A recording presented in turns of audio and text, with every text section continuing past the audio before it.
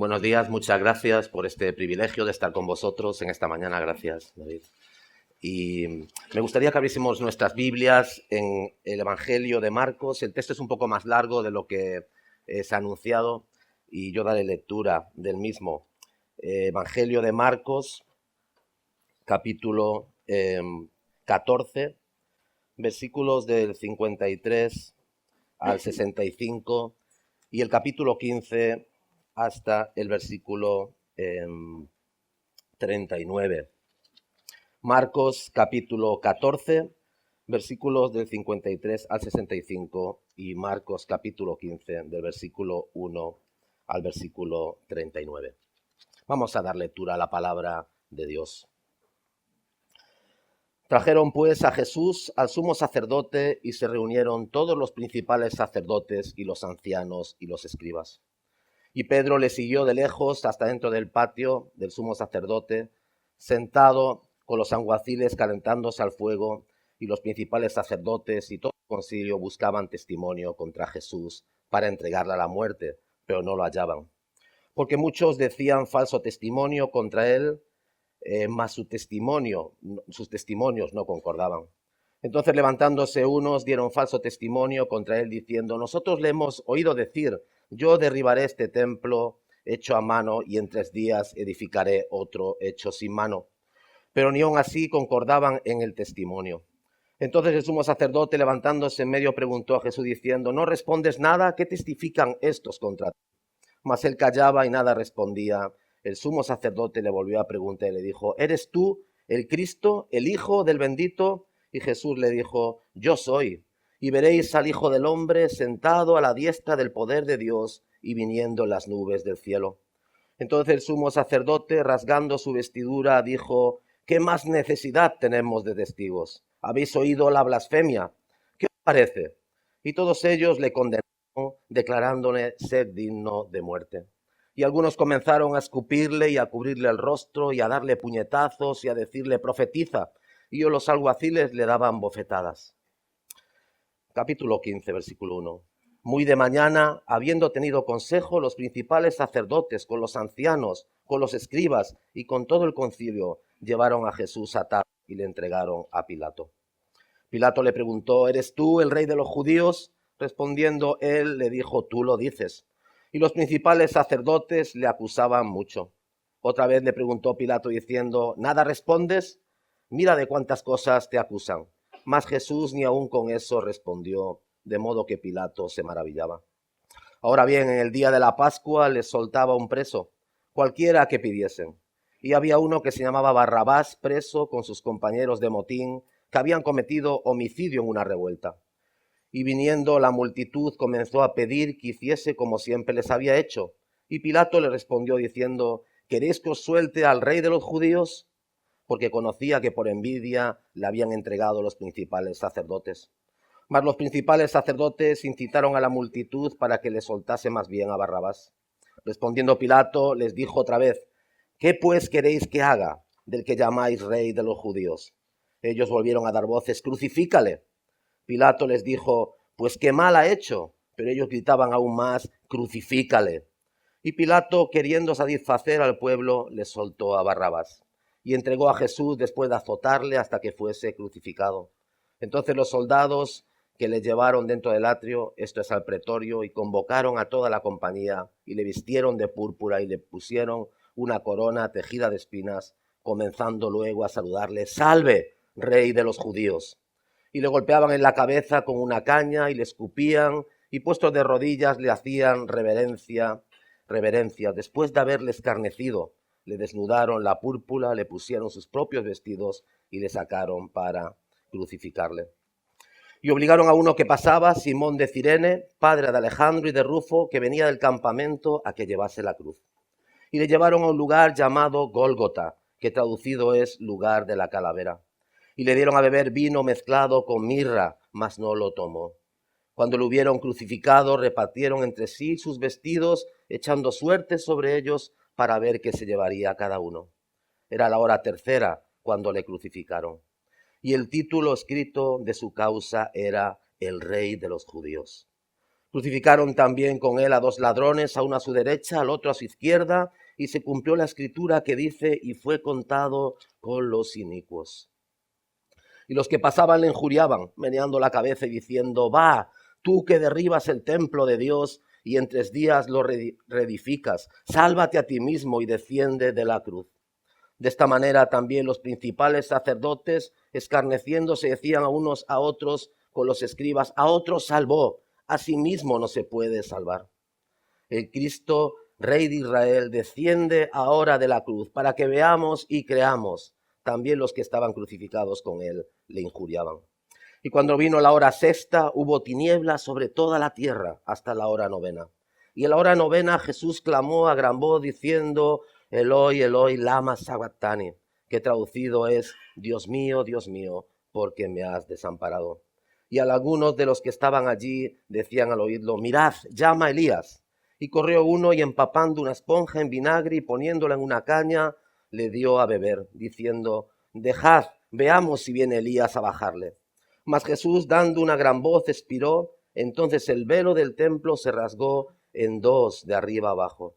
Y el centurión que estaba enfrente a él, viendo que después de clamar había expirado así, dijo, verdaderamente, este era el Hijo de Dios. Bueno, el título que le he puesto a este pasaje son las últimas y paradójicas horas de Jesús de Nazaret. La palabra paradoja, aunque no es una palabra bíblica, no la vais a encontrar en la Biblia, pero este concepto, esta noción, esta idea de la paradoja es algo que está en la Biblia por doquier. La podemos encontrar en muchos lugares, ¿verdad? Estamos ahora aquí, pero el libro de Efesios nos dice que estamos sentados en los lugares celestiales. Y es algo paradójico. Estamos aquí todavía, pero estamos ya para el Señor sentados en los lugares celestiales. Estamos aquí santificándonos, buscando, intentando y esforzándonos por vivir una vida de santidad, pero para Dios hemos sido santificados, ¿verdad? Han sucedido cosas que para Dios son una realidad y todavía nosotros no las hemos experimentado en toda su plenitud.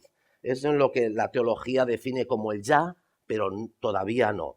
Han sucedido cosas, ¿verdad? Estamos ya con el Señor, estamos en su presencia, disfrutaremos de todos sus beneficios, nos ve como perdonados, como justificados, como santificados, pero todavía para nosotros es una experiencia que no hemos tenido completamente, ¿verdad? Que no hemos experimentado en toda su plenitud de forma completa, aunque sí para el Señor. La vida del Señor Jesucristo es la vida más asombrosa y más paradójica que haya podido suceder, ¿no? Es una paradoja en sí mismo. Esta palabra paradoja procede del griego, de la palabra griega paraidoxos, y significa etimológicamente más allá de lo creíble.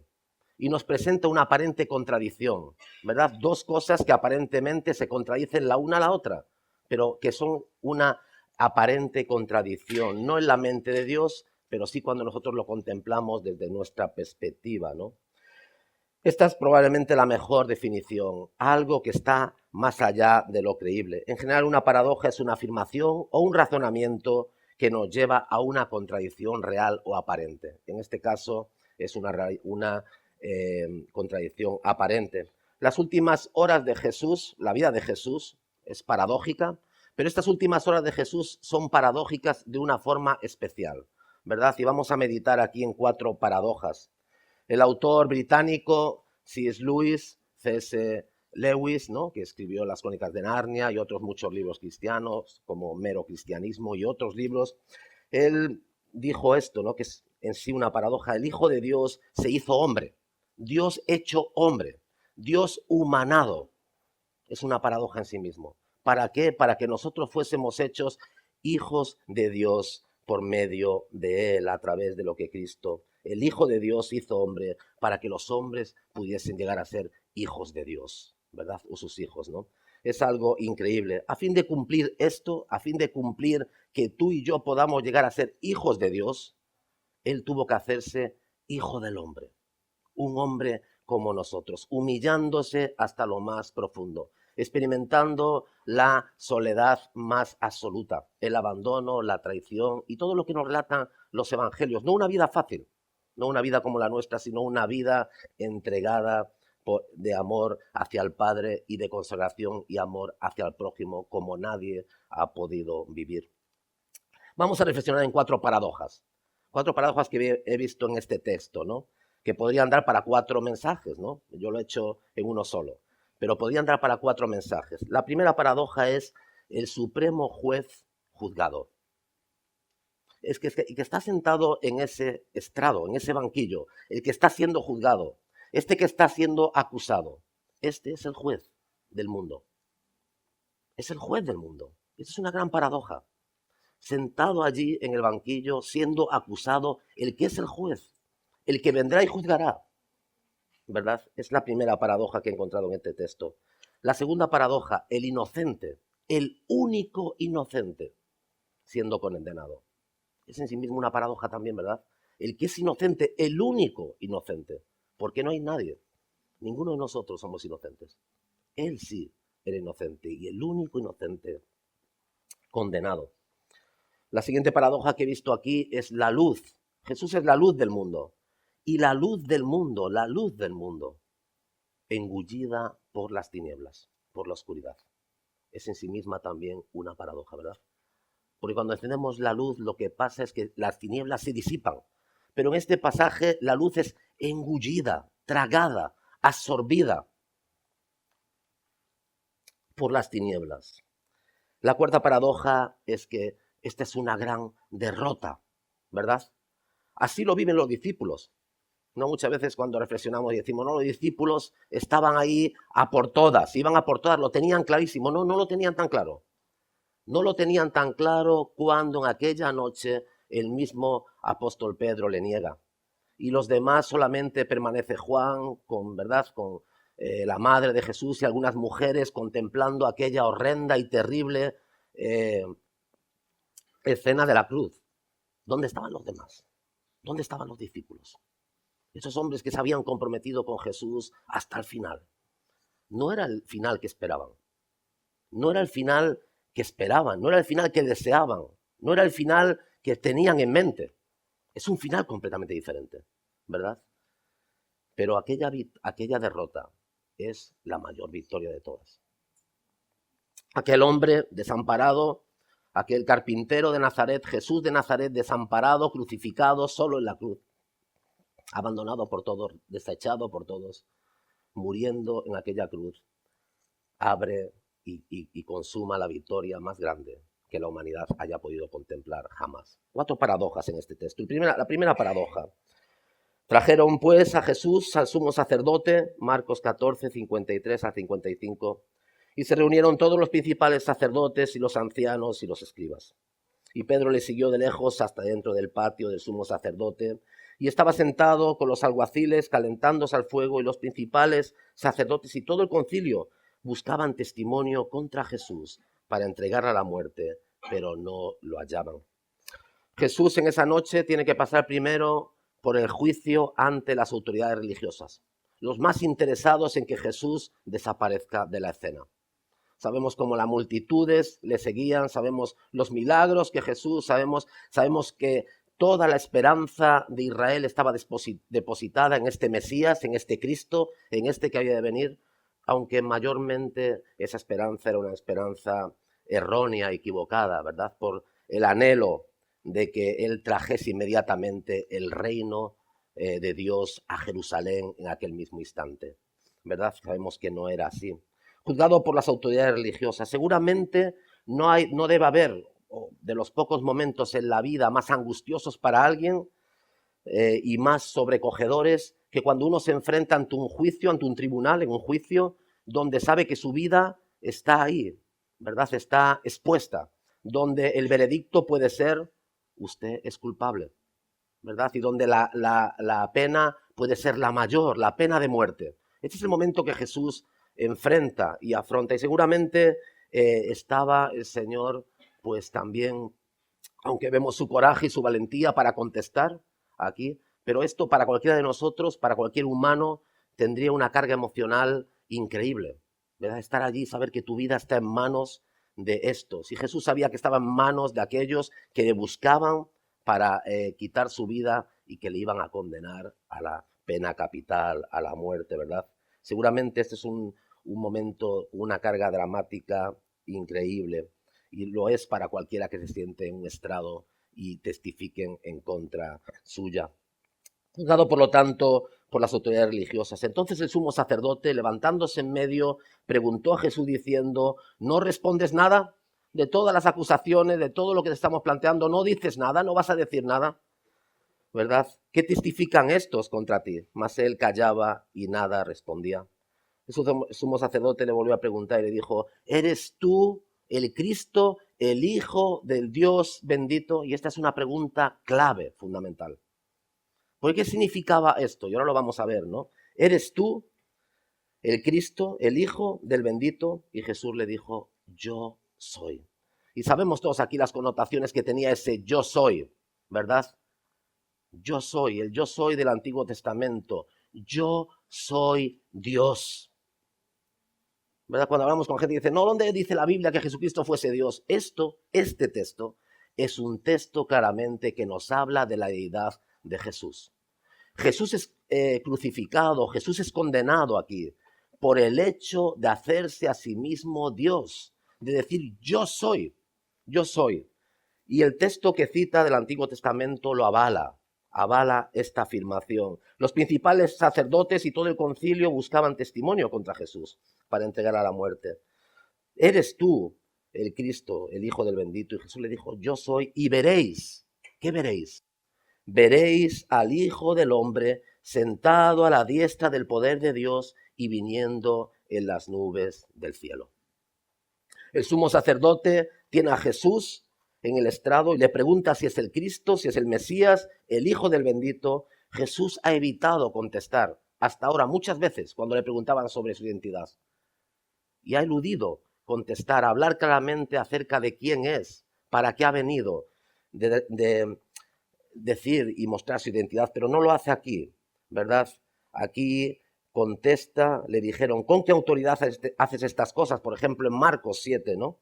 Versículos 5 y 6. ¿Con qué autoridad haces estas cosas? ¿O quién te dio la autoridad para hacer esto? Y Jesús le dijo: yo también os haré una pregunta, respondedmela y entonces os diré con qué autoridad hago estas cosas. Jesús aquí contesta a la gallega. Yo soy gallego. Los gallegos nos gusta contestar mucho, no sé, como los judíos también, ¿no? Pero con una pregunta. Te preguntan: hombre, ¿qué tal estás? Bueno, ¿y tú qué tal? ¿Cómo te va, no? Y entonces aquí Jesús como la gallega, o no sé si nosotros como los judíos, ¿no? Pero con una pregunta, ¿verdad? Y Jesús ha contestado muchas veces sobre su identidad así, ¿no? ¿Con qué autoridad haces estas cosas? Pues él contesta de nuevo con otra pregunta, porque no le interesa en ese momento revelar su identidad, revelar su misión, ¿verdad? Pero en este momento ha llegado el momento de declarar quién es él, qué ha venido a hacer, ¿verdad? Aquí él se muestra tal como es y muestra su identidad. Yo soy, y veréis al Hijo del Hombre sentado a la diestra del poder de Dios, viniendo en las nubes del cielo. Esta explicación, bueno, que Jesús da de sí mismo, ¿no? Esta afirmación que Jesús hace de sí mismo consta de dos partes. Primeramente cita al Hijo del Hombre, Daniel capítulo 7, versículo 3, y cita a la diestra. Y veréis al Hijo del Hombre, ¿verdad?, viniendo, sentado a la diestra del poder de Dios y viniendo en las nubes del cielo. Daniel 7:3 y el Salmo 110, versículo 1. ¿De qué nos habla esta figura? Nos habla del juez. Nos habla del juez, de aquel que vendrá, que vuelve a juzgar a vivos y a muertos. Nos habla de aquel que vendrá en poder, en las nubes, y que su iglesia será arrebatada juntamente con las nubes con él. Y vendrá, ¿verdad?, a traer justicia. Y todo hombre, toda mujer, tendrá aquel día que doblar las rodillas delante del Señor. Y tendrá que confesar que Él es Señor y Dios, que es Rey de reyes, Señor de señores, que toda criatura le debe pleitesía y obediencia. Y en aquel día el Señor leerá los corazones y abrirá el libro y leerá los nombres y apartará a unos a su derecha, a otros a su izquierda. Jesús está diciendo allí: me estáis juzgando, me vais a condenar, me vais a crucificar, pero un día me volveréis a ver, viniendo en las nubes del cielo, con toda la autoridad, en toda gloria, y toda rodilla se doblará ante mí. Es una gran paradoja, la humildad, lo que el Señor hizo, ¿verdad? La profunda humillación que el Señor sufrió voluntariamente, dejándose juzgar por sus criaturas. Él que es el juez, Él que es Dios, ¿verdad? Y aquellos pobres desgraciados, aquellos sacerdotes, aquellos que creían que tenían autoridad, que no tenían más que una autoridad delegada por Dios mismo para juzgar a Dios mismo, ¿verdad? Es algo asombroso. Todo el mundo en la sala, todos los miembros del Sanedrín saben quién es el Hijo del Hombre. Y ahí está la reacción, porque el sumo sacerdote se rasga las vestiduras, porque todos empiezan a bofetearle, a escupirle, a golpearle, porque se desata la locura general en aquel lugar, porque saben lo que Jesús dice. Saben qué es lo que está diciendo acerca de sí mismo. Saben qué identidad Jesús asume para sí mismo. Saben qué es lo que Jesús está proclamando acerca de sí mismo, que no es ni otra, ni más ni menos, que Jesús es Dios. Jesús es Dios hecho hombre. Dios encarnado, ¿verdad? Dios siendo juzgado, siendo humillado. Lo saben y se desata la locura general en aquel lugar. Es el juez del mundo el que está sentado y siendo juzgado en aquella sala. El que ha de juzgar debería sentarse en el tribunal y debería juzgarles en aquel momento. Y podría haber levantado simplemente un dedo, podría haber simplemente dicho una palabra y aquellos hombres, ¿verdad?, habrían sido consumidos por el poder de Dios, por su santidad. Podrían haber sido confundidos, podrían haber sido condenados, borrados de la faz de la tierra, porque ante tal poder estaban. Ante tal poder estaban. Él es el que debería sentarse juzgando en el tribunal y nosotros, tú y yo, deberíamos estar sentados en el banquillo. Es que este banquillo, es que este lugar, es que este juicio era un juicio reservado para ti y para mí. Tú y yo sí que podríamos estar en el banquillo de los acusados y sí que podríamos ser juzgados de haber faltado a la ley de Dios. Amarás a Dios con todo tu corazón, con toda tu mente, con todas tus fuerzas, con todo tu ser. Y amarás a tu prójimo como a ti mismo. ¿Quién de nosotros ama a Dios así? ¿Quién de nosotros puede decir honestamente, sinceramente, amo a Dios con toda mi mente? En todo momento, en todo lugar, por la mañana, a la tarde, a la noche. Él es todo en mi corazón, lo ocupa todo, lo más importante. Con todo mi ser, con toda mi alma, con todas mis fuerzas. Son palabras demasiado sublimes. Son palabras demasiado altas para que nosotros las cumplamos. ¿Quién puede decir yo amo al prójimo como a mí mismo? Es por esta razón que ese banquillo, el banquillo de los acusados, es el tuyo y es el mío. Y es también en esta mañana un motivo de gloria y de gratitud, un motivo para maravillarnos en lo que Dios ha hecho por nosotros, que aun mereciendo estar en ese banquillo y aun mereciendo escuchar el culpable, hemos escuchado por la gracia de Dios, tú y yo, inocente, porque otro se sentó en el banquillo, porque otro fue juzgado injustamente y sufrió el justo juicio de Dios, ¿verdad? Y experimentó la más horrible muerte por amor a ti y a mí, para que tú no seas juzgado en aquel día. ¿Quién acusará a los escogidos de Dios? ¿Quién nos acusará a nosotros? Nadie puede acusar, ¿verdad? Porque Cristo murió y resucitó para perdonarnos, porque Él fue sacrificado en tu lugar, fue juzgado en tu lugar, ¿verdad? Para que tú y yo seamos declarados inocentes, sin serlo. Él sí era inocente y fue declarado culpable. Y nosotros somos culpables, pero declarados inocentes, porque Él fue juzgado en nuestro lugar. El sumo sacerdote, rasgando su vestidura, dijo, ¿qué necesidad tenemos de testigos? Habéis oído la blasfemia, habéis oído lo que ha dicho este hombre, este que llaman el Cristo, el Mesías, ¿verdad? ¿Qué os parece? Y todos ellos le condenaron. declarando de ser digno de muerte. Y algunos comenzaron a escupirle, ¿verdad? Y a cubrirle el rostro y a darle puñetazos y a decirle, profetiza. Y los alguaciles le daban bofetadas. La locura general invade esta sala y el Señor escucha esas terribles palabras, culpable, siendo inocente. En el capítulo 15, versículos del 1 al 5, Pilato no quiere juzgar este caso. Y ahora Jesús tiene que ser juzgado por aquellos que tienen la autoridad para quitarle la vida, porque el Sanedrín no podía quitar la vida. No tenía autoridad. Era Roma, ¿verdad? Y su gobernador Pilato el que tenía la última palabra para poder ejecutar una sentencia de muerte. Y ahora Jesús tiene que pasar y ser juzgado, después de ser juzgado por las autoridades religiosas, que no tienen ningún problema en declararle culpable, tiene que ahora enfrentarse a la autoridad político-militar de Jerusalén, de Palestina. Y entonces le llevan a Pilato. Pilato no quería juzgar este caso, vacila, sabía que era un caso complicado, no había encontrado nada en este hombre. Pilato sí sabía que era inocente de los cargos de que le acusaban, ¿no? Pero era un político, tenía otros intereses. Intenta maniobrar, evadir la responsabilidad, pero como buen político tiene otro as en la manga, y el otro as en la manga es la Pascua, como hemos leído, habría que soltar a un preso, y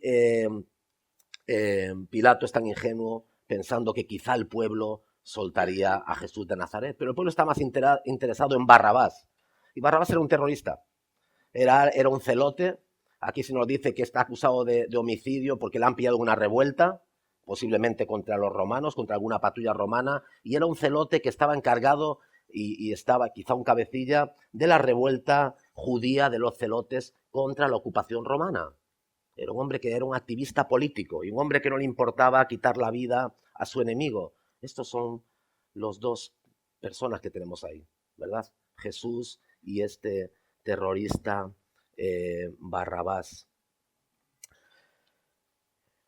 Barrabás, como digo, era un hombre violento, probablemente este líder celote. Y la pregunta aquí, por supuesto nosotros la sabemos, ¿no? Pero ¿liberará Pilato a un hombre inocente y condenará justamente a un culpable?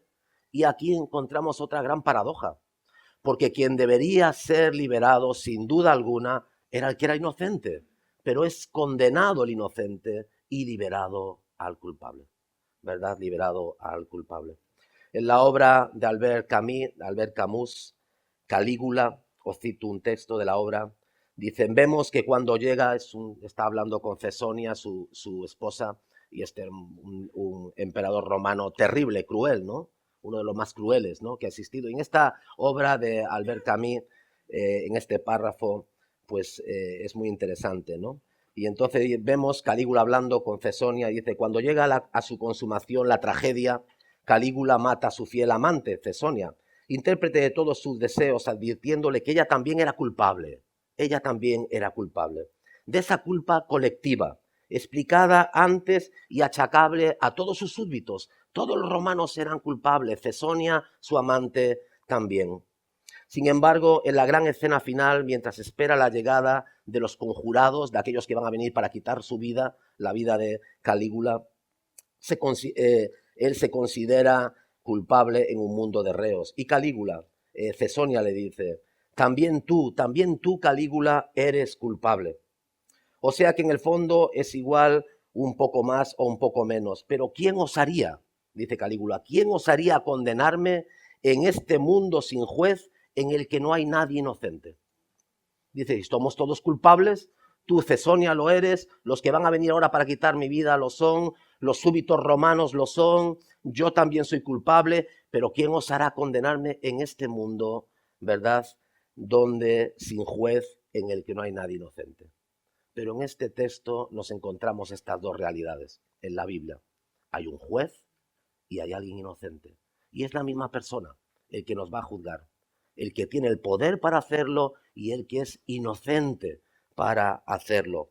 Jesús incluso a los ojos de Pilato es hallado inocente. Y Pilato dijo a los principales sacerdotes y a la gente, ningún delito hallo en este hombre. ¿De qué se acusa a este hombre? ¿Cómo voy a condenar a este hombre? Pero aún así le condena. El Catecismo de Heidelberg, en la pregunta 38, es un documento histórico, antiguo, me gusta mucho este documento, dice, hablando del juicio, ¿por qué padeció bajo poder de Poncio Pilato, juez? Porque Jesús padeció bajo el poder de Poncio Pilato, juez. Y dice, para que inocente, condenado por el juez político, nos librase del severo juicio de Dios que había de venir sobre nosotros. Él tuvo que padecer eso para ser librados nosotros del justo juicio de Dios que había de venir. Qué importante es esto, ¿no? Qué paradójico, ¿no? Qué asombroso que Dios asuma en sí mismo no solamente el juicio, la culpa, la muerte, para que tú seas librado de la culpa, del juicio y de la muerte, ¿verdad? Él es el único inocente condenado, porque no hay inocente, no hay justo ni siquiera uno. Alguien que busque a Dios sinceramente y que desee amar a Dios y a servirle con todo su corazón. No hay ni siquiera uno, no hay justo ni siquiera uno. En ese mundo que Calígula expresa sin juez y donde no hay nadie inocente, sí ha habido uno inocente, el único inocente, el Cordero de Dios que quita nuestro pecado, el pecado de aquellos que confían en Él. La crucifixión, todos lo sabemos, no digo nada nuevo, era el método más cruel y terrible y más humillante que los romanos y naciones de aquel tiempo utilizaban para condenar, para quitar la vida de un reo. Era un espectáculo largo, sangriento, público, de dolor extremo, humillante hasta lo máximo y terminaba con una muerte horrible por asfixia o por fallo cardíaco. Sin embargo, Marcos no pone el énfasis en este texto en este dolor extremo, físico, sino que el énfasis está en otro lugar y está en todo el dolor, en toda la experiencia de sufrimiento, de separación de Cristo, de humillación, ¿verdad? En ese Padre, ¿por qué me has desamparado? En ese cargar el pecado del mundo, no tanto físico, sino los tormentos espirituales, ¿verdad?, que atormentan el alma de Jesús de Nazaret hasta los límites más extremos y profundos. No es los clavos, que sí, no es esa noche de martirio, de dolor, ¿verdad?, de tortura. No, es mucho más que eso, mucho más que eso. Es el dolor terrible, la experiencia increíble, asombrosa de aquel que es Dios, 3 veces santo, santo, santo, santo, cargando nuestro pecado, el tuyo y el mío, cargando nuestra miseria, cargando nuestro pecado, aquel que no podía tener contacto con el pecado, aquel que no conoció pecado, fue hecho pecado para que tú y yo fuésemos hechos justicia de Dios en él. Ese es el gran tormento de Jesús. Ese es el gran dolor y tormento de la cruz. Mucho más allá del dolor físico, el dolor espiritual de cargar nuestro pecado, de convertirse en maldición, ¿verdad? De convertirse en maldito, en anatema, ¿verdad? Ese Dios que no podía tener contacto con el pecado haciéndose pecado, ¿verdad? Ese es el gran para mí, gran paradoja aquí. Ahí está el hombre que había calmado las tormentas, que había sanado a los enfermos, que había burlado a la misma muerte, ¿verdad? Resucitando a su amigo Lázaro, aquel que había entrado en Jerusalén siendo aclamado por la multitud entre vítores, Hosana, Hosana, bendito el que viene en nombre del Señor. ¿Cómo podía estar ocurriendo todo esto? ¿Cómo podía estar ocurriendo todo esto? ¿Cómo podía estar ocurriendo que el juez del mundo fuese juzgado? Que el inocente estuviese siendo condenado. Sabemos la respuesta. Fue por amor. Por amor a ti. Por amor a mí.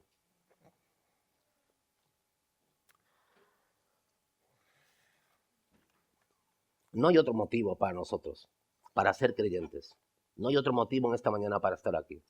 No hay otro motivo para ti y para mí de seguir al Señor, si no es ser consciente de cuánto nos ha amado.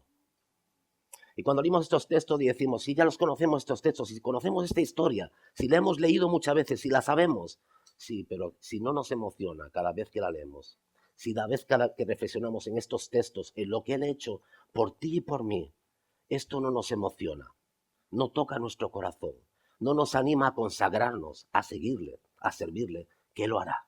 ¿Qué lo puede hacer? La ley y el temor al castigo te puedo asegurar que no lo hará. Pero el amor del Señor sí puede hacerlo. El amor de Dios es la única motivación para seguirle y para servirle. No hay otra motivación.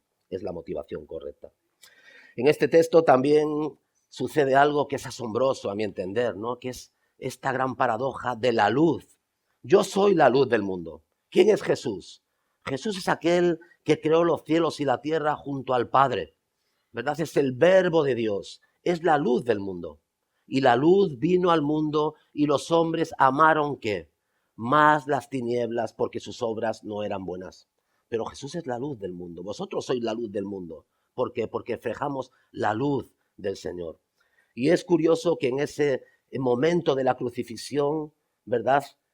Las tinieblas engullen la luz. Y se hace durante 3 horas en pleno mediodía en Jerusalén, ¿verdad? Un sitio que no lo imaginamos demasiado como nube, con nubes como en Galicia lloviendo todo el rato, sino que es un lugar mediterráneo, ¿verdad? Como el sur de España, a mediodía, en pleno día, las tinieblas engullen a la luz. Se hace la noche más oscura. La más oscura de las oscuridades y de la noche fue hecha en pleno mediodía. Los acontecimientos más importantes de las horas de Jesús tuvieron lugar en la noche, en medio de la oscuridad. La traición del huerto de Getsemaní en medio de las tinieblas. El juicio ante el Sanedrín en medio de las tinieblas de la noche. Ante Pilato en medio de la noche, ¿verdad? Y ante Herodes. Pero ahora en el momento real de su muerte, a pleno día, la noche y la oscuridad también se hace. La más densa y profunda oscuridad que ojo humano haya visto jamás tuvo lugar en aquel momento. Desde el mediodía hasta la media tarde quedó toda la tierra sumida en oscuridad. La hora sexta, las 12, a la hora novena, las 3 de la tarde, las 15, ¿verdad? Una mano en lo alto cubrió el sol y se hizo la más profunda oscuridad. Cuando el Salvador nació, cuando Jesús nació, en medio de la noche se hizo la luz, ¿verdad? Y estaban aquellos pastores alabándole, los ángeles del cielo glorificando a aquel que se había humanado, a Dios hecho hombre. Y en medio de la noche se hizo la luz, ¿verdad? Resplandeció la luz. La gloria del Señor le rodeó con resplandor. En el Gólgota el día dio paso a la noche más profunda, a la noche más tenebrosa, a la más tenebrosa oscuridad. En Belén los ángeles adoraban al Salvador. Lucas 2:13. En el Gólgota las legiones de huestes de las tinieblas llenaban la impenetrable oscuridad, esperando que las tinieblas triunfasen sobre la luz. Esa oscuridad estaba llena de las huestes, ¿verdad?, de las tinieblas. De los ángeles caídos contemplando al Cordero de Dios entregando su vida, creyendo que eso era la victoria, ¿verdad? Pero estaban consumando la victoria de las huestes de la oscuridad sobre la luz, pero estaban consumando la victoria de la luz en medio de la más profunda oscuridad. Elí, Elí, lama sabatani, Padre, Dios mío, ¿por qué me has desamparado? Cuando llevamos este texto, si no conociésemos el resto de la Escritura, nosotros también, como los discípulos, haríamos las maletas. Y diríamos, fue bueno y bonito y maravilloso mientras duró, pero ya no hay más esperanza. Ya no hay más por lo que luchar, lo recordaremos siempre, fue maravilloso, fue una esperanza que cambió mi vida, pero ya no hay más que hacer. Es el fin, ¿verdad? Qué maravilloso es que muchas veces en nuestra propia vida, cuando hay acontecimientos en nuestra vida que pensamos que es el fin, que estamos a punto de tirar la toalla, como el Señor puede volver a hacer brotar la luz de en medio de las tinieblas. Cómo Él puede abrir puertas y caminos donde no los hay. Cómo puede girar las cosas y darle, ¿verdad?, otra nueva dimensión a algo que decimos, se ha acabado todo, no hay esperanza, ¿verdad? Pero cómo así lo hizo consigo mismo, lo hace también en nuestras vidas. Siempre hay esperanza si estamos con el Señor. Siempre hay esperanza y siempre la habrá hasta el fin. Os voy a contar una pequeña historia que ilustra también un momento de falta de esperanza, donde unos hermanos nuestros misioneros dijeron, bueno, se ha acabado todo, ¿no? Un final triste que se convierte después en una gran victoria. Una derrota aparente que se convierte en una gran victoria. ¿Conocéis la operación AUCA? Esta operación AUCA fue una tentativa de contacto de 5 misioneros evangélicos estadounidenses con los indígenas Huorani en la selva de Ecuador. Los Huorani era una tribu aislada, conocida por su violencia contra su propia gente y contra los extranjeros que se internaban en su territorio. Con la intención de ser los primeros en evangelizarle, un grupo de misioneros se acercaron a ellos y con avionetas y con helicóptero pues intentaban tener algún contacto con ellos, ¿no? Y en 1955, soltando pequeños regalos como cazuelas, botones desde el aire, tras varios meses durante los cuales intercambiaron regalos, el 2 de enero de 1956 los misioneros construyeron un campamento en una de las playas del río, de un río cercano a uno de los poblados. Todo terminó este contacto trágicamente para estos misioneros. Y el 8 de enero de 1956, cuando 5 de los misioneros, Jean Elliott, Nate Saint, Ed McCulley, Peter Fleming y Roger Youderian, fueron atacados y asesinados por un grupo de guerreros Huorani. La noticia de sus muertes fue transmitida a todo el mundo e incluso la revista Life cubrió este evento con un reportaje fotográfico. Bueno, un golpe terrible para las familias, ¿no? Unas personas que quieren hacer el bien, que están llevando la luz a un lugar remoto de la selva, que predican el evangelio, que quieren y desean la salvación de aquellos salvajes y que acaban con sus vidas, ¿verdad? Así, arrebatadas, sacrificadas. Y uno dice, qué historia más triste, ¿verdad? Qué historia de alguien que entrega su vida por otro. ¿Y qué sentido tiene esto? Pero en el evangelio, nosotros que somos creyentes, ¿verdad? Todo lo que Dios hace tiene sentido, tiene un propósito. Estamos del lado vencedor.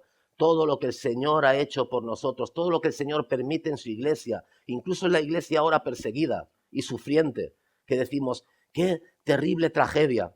Es verdad, claro que lo es, y lloramos por nuestros hermanos, pero el Señor hace que todo se convierta en victoria. El Señor tiene propósito, lleva su plan hasta el final.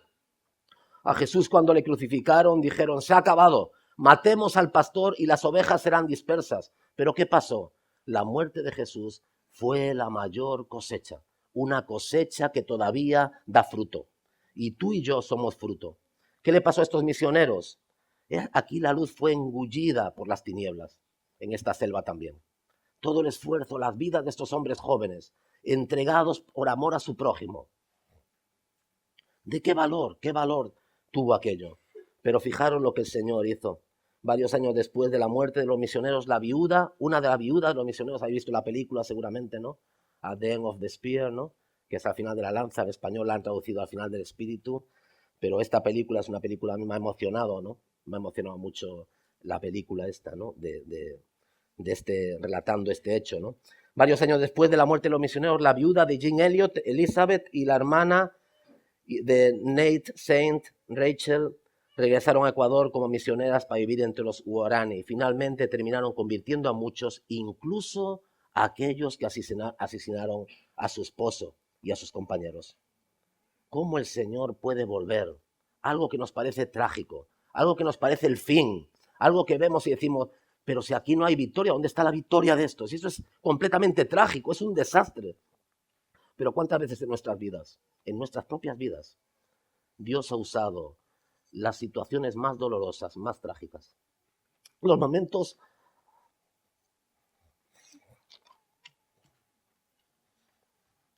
más difíciles para convertirlos en momentos gloriosos, en momentos que podemos volvernos a decir, Señor, te damos la gloria. Te damos la gloria porque tú no nos desamparas ni nos dejas. Porque tú, Señor, tienes planes y conoces, tus caminos son mejores que los nuestros y tus pensamientos son mayores que los nuestros. Tú sabes lo que tienes que hacer en nuestras vidas. Y a veces tiene que haber oscuridad, y a veces tiene que haber desamparo, y a veces tiene que haber dolor. Pero lo que hay después es gloria. Es gloria. Es gloria para su pueblo. Gloria para Dios. Soli Deo gloria. Solo Deo a Dios la gloria. Es lo que encontramos en este pasaje, estoy acabando, es esta gran paradoja. Victoria tras la derrota. Victoria tras la derrota. Los discípulos en Galilea, buscando echar las redes. Los demás discípulos escondidos, ¿verdad? Todo diciendo, qué triste ha sido esta historia. Qué derrota más terrible. Qué dolor en el corazón. Cuánto le vamos a echar de menos. Qué esperanzas más grandes y maravillosas teníamos en que el reino de Dios por fin viniese a la tierra. Pero aquello no fue una derrota, sino una gran victoria. Algunos de los que estaban allí os decían al oírlo, mirad, llama Elías. Y corrió uno y empapando una esponja en vinagre y poniéndole en una caña, le dio a beber diciendo, dejad, veamos si viene Elías a bajarle. Mas Jesús, dando una gran voz, expiró. Entonces el velo del templo se rasgó en dos, de arriba abajo, y el centurión que estaba frente a él, viendo que después de clamar había expirado, dijo, verdaderamente este era el Hijo de Dios. Aquel que no podía experimentar la muerte. Aquel que es la vida misma. Yo soy el camino, la verdad y la vida. La vida.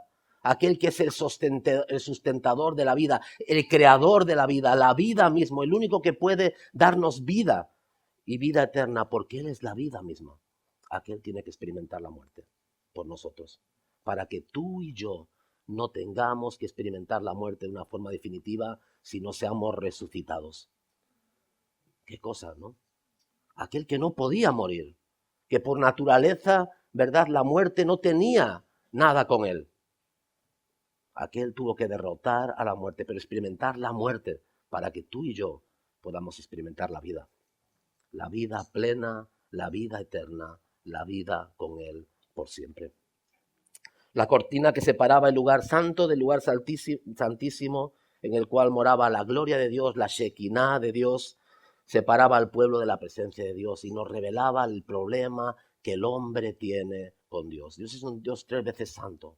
No podemos tener una relación con Dios sin un mediador, sin un sacrificio, ¿verdad? Sin alguien que nos sustituya, alguien que pueda cumplir la ley que nosotros somos incapaces. Ese es Dios mismo, Dios humanado, Dios juzgado, el inocente, aquel crucificado, Dios hecho pecado, Dios muerto y resucitado. El Señor echó pues fuera al hombre del Edén, le puso al oriente del huerto del Edén y hubo querubines y una espada encendida que se revolvía por todos lados para guardar el camino del árbol de la vida. Y eso es lo que estaba bordado en las cortinas del templo. En esas dos cortinas que se rasgan de arriba abajo cuando el Cordero de Dios expira, ¿verdad? Y entrega su vida, nadie se la quita, sino que Él de sí mismo la entrega. Tiene poder para entregar su vida y tiene poder para volverla a tomar. Y en aquel momento las cortinas se rasgan y son dos cortinas donde hay bordados unos ángeles, unos querubines, que nos llevan a la escena del huerto del Edén, del lugar donde fuimos desterrados, donde el Señor tuvo que a nuestros primeros padres expulsarles. Y ahora el camino se ha abierto.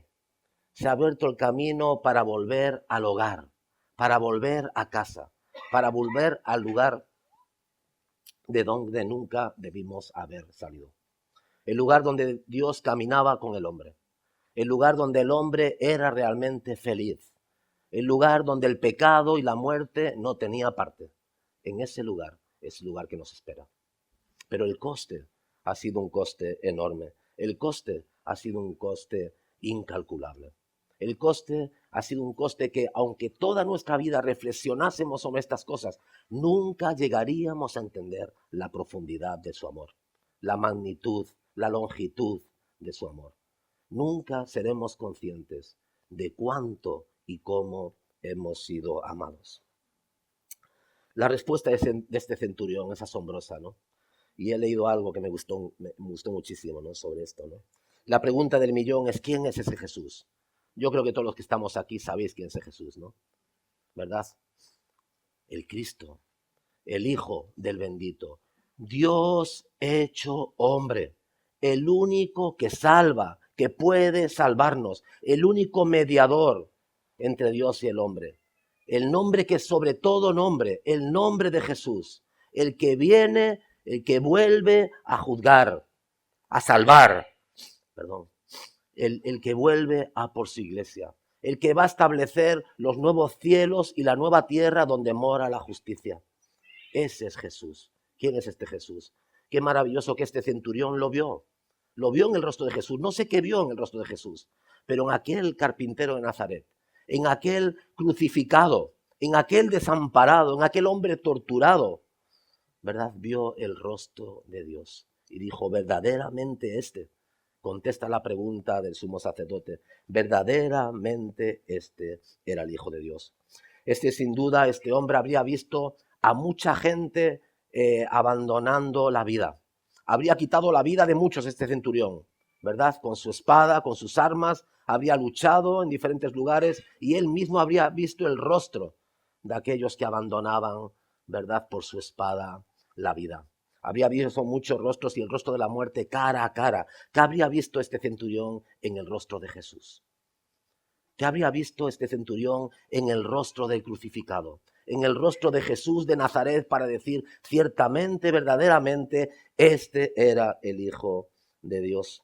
Seguramente la ternura de Jesús, el rostro del Dios de amor, el rostro del Dios que aún en la cruz dijo, Padre, perdónales porque no saben lo que dicen. Seguramente contempló la gloria de Dios en el rostro de Jesús, la gloria del Señor en medio incluso del tormento y de la oscuridad.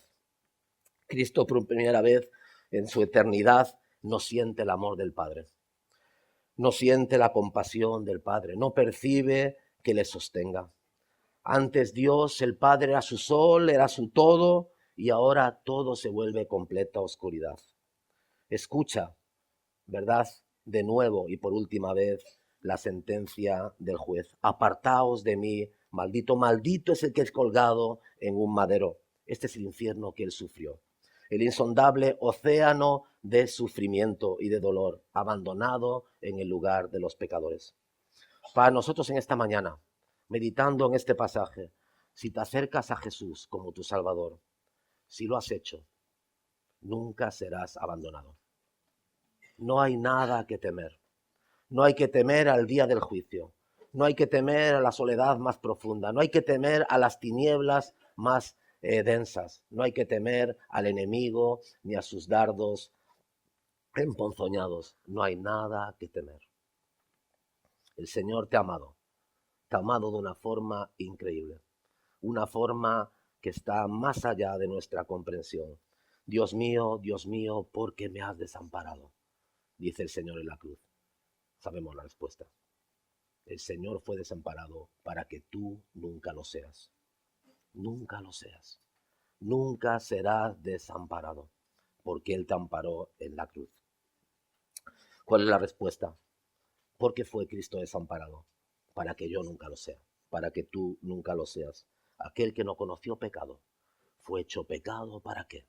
Para que tú seas hecho justo. Justicia de Dios en Él. A Él sea toda la gloria. Y que recordemos siempre, y esto sirva para animar nuestra consagración a Él, nuestro amor a Él, por su iglesia, por nuestros hermanos, por su obra y el Evangelio, cuánto nos ha amado el Señor, cómo nos ha amado el Señor. Lo que el Señor ha hecho por nosotros no tiene precio. No fuimos salvados con oro, ni plata, ni piedras preciosas, sino con la preciosa sangre del Cordero de Dios. A Él sea la gloria en su iglesia, no solamente esta mañana, sino por los siglos de los siglos. Amén.